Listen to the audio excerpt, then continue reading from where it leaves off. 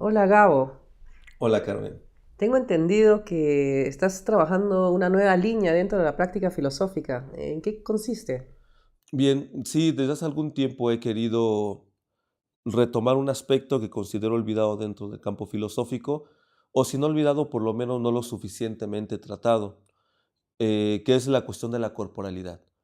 Entonces estoy interesado en explorar posibilidades dentro de la asesoría filosófica, de la orientación filosófica, en donde la corporalidad pueda tener un papel fundamental en los procesos de reflexión, en los procesos de comprensión de mi entorno, de mi realidad, para de ahí generar resolución de conflictos o por lo menos generar una relación mucho más armónica con las personas o con el entorno que me rodea. ¿Cómo sería eso de manera, ¿puedes explicar eso a partir de un caso concreto? Claro, creo que las sensaciones que experimentamos a nivel corporal, que a su vez nos contactan con estados emocionales, unidos a una claridad conceptual, pueden generar procesos de reflexión bastante interesantes. ¿Cómo entra la corporalidad de manera más clara? Siendo consciente de lo que estoy sintiendo.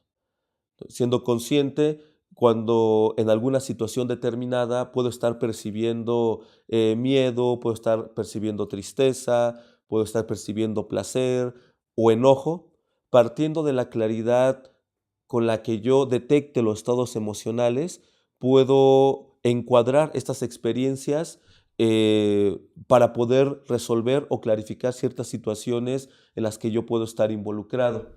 Como por ejemplo, Por ejemplo, si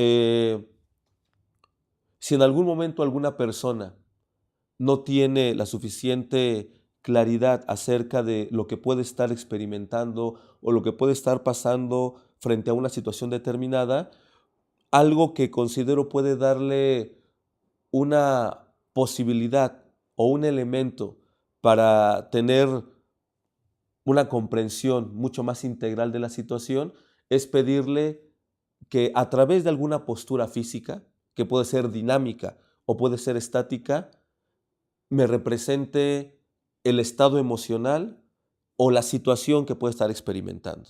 o sea que si se siente triste, debería asumir una posición física, corporal, que refleje la tristeza. Exactamente. Y cómo eso luego se empalma con la filosofía.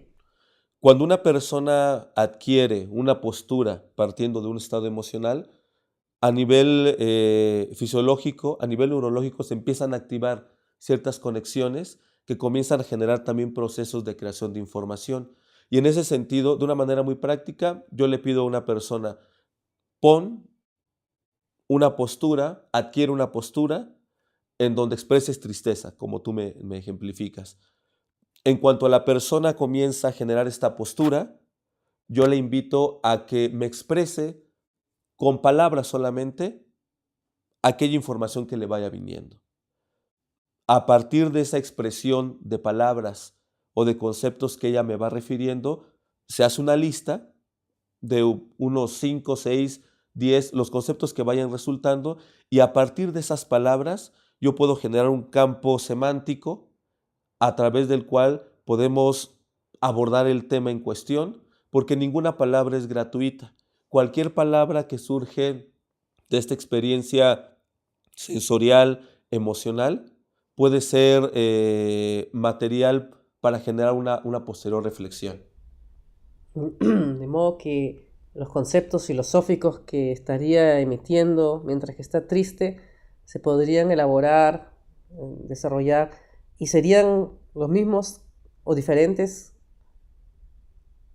La perspectiva sería la misma o diferente si luego cambia de estado de ánimo.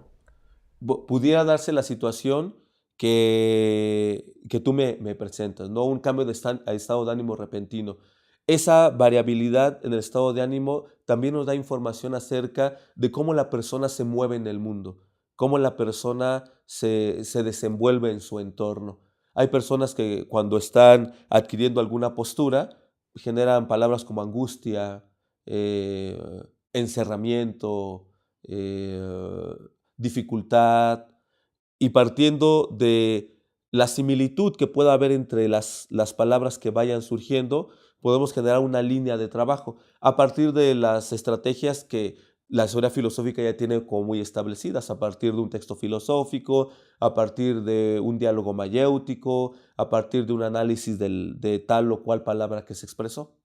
¿Y podrías dar un ejemplo concreto de un caso específico en el que has aplicado esto y relacionarlo con el aspecto filosófico? ¿Cómo no? En algún momento tuve la oportunidad de estar con alguna persona eh, frente a la cual yo percibía una dificultad de entablar contacto visual. Y entonces generaba muchos movimientos, sobre todo de manos. Y los movimientos que generaba eran movimientos que iban sobre todo hacia afuera. Es decir, no eran movimientos que dieran una dinámica de inclusión, como pudieran ser estos, o tocarse él mismo, en este caso era un hombre, sino que eran movimientos que iban hacia afuera. Y partiendo de esta movilidad corporal que él expresaba y esta falta de contacto visual, la pregunta que se me ocurrió decirle es, si tú le pusieras palabras a estos movimientos, ¿qué palabras te vienen en este momento? Y las palabras que él me refería era miedo, era barrera, era aislamiento y era persona.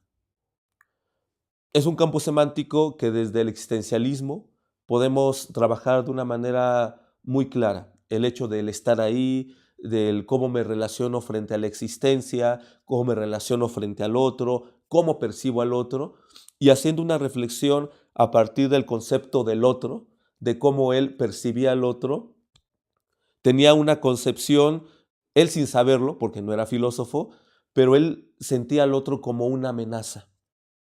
Sentía al otro como alguien que estaba continuamente juzgándolo.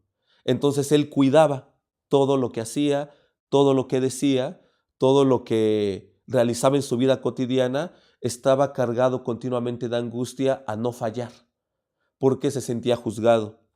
En ese sentido, cuando él expresaba que se sentía angustiado, exploramos un poco el concepto de angustia dentro del existencialismo, cosa que a él le sorprendió mucho, porque él nunca se imaginó que una actitud que a él le parecía tan normal en su vida cotidiana pudiera ser analizada, reflexionada de esta perspectiva. De hecho, una frase que él expresaba era, ahora sé que la filosofía sirve para algo, ¿no? Él tenía la idea, como la mayoría de la gente cree, que la filosofía es solamente un conjunto de conceptos, un conjunto de teorías. Sin embargo, el acercamiento que él tuvo en algún momento hacia mí le permitió darse cuenta de otra perspectiva filosófica. Lo que a continuación yo le propuse fue que eligiera palabras contrarias a las que él me había dicho. Partiendo de las que teníamos ya, él me dio palabras alternativas y entonces yo le pedí que, partiendo de sus movimientos corporales, él, en vez de hacer lo que acostumbraba realizar al estar hablando, hiciera contacto visual conmigo, por lo menos con unos momentos, e hiciera movimientos que, lejos de tener una dinámica de exclusión, fueran inclusivos. Y fue muy importante porque en este punto hubo un momento en donde él empezó a respirar agitadamente. En ese momento yo detuve el diálogo para que se tranquilizara un poco, porque estábamos entrando ya en terrenos emocionales, que es un terreno que toda la historia filosófica está en exploración. ¿Qué hacemos con las emociones cuando un consultante acude con nosotros? ¿Le damos salida a la emoción? ¿Generamos una estrategia para contenerla? ¿O solamente permitimos que se dé su tiempo para retomar otra vez su estado de ánimo? En ese momento yo elegí parar. Después de eso le pregunté que cómo se sentía y me dijo dos cosas que me llamaban la atención. Primero me dijo confundido y después me dijo tranquilo, que pudiera parecer algo contradictorio. Sin embargo, la experiencia que él en ese momento tenía, podía expresarla con esas dos palabras. Estoy confundido y estoy tranquilo. Después exploré un poco. Confundido, ¿por qué? Y él me decía, confundido porque es una experiencia que pocas veces me permito y no sé cómo manejarla, no sé en dónde colocarla. Y tranquilo, y me decía, porque sé que tengo solución, porque sé que hay otra posibilidad. Esa experiencia en donde yo tomo la corporalidad como una herramienta, como una vía para acceder a cierta realidad que puede la persona estar queriendo clarificar, resolver, indagar o comprender, es una experiencia que me hace ver las posibilidades de la corporalidad en la asesoría filosófica. Muchas gracias, Gabo. Muy interesante. Muchas gracias, Carmen.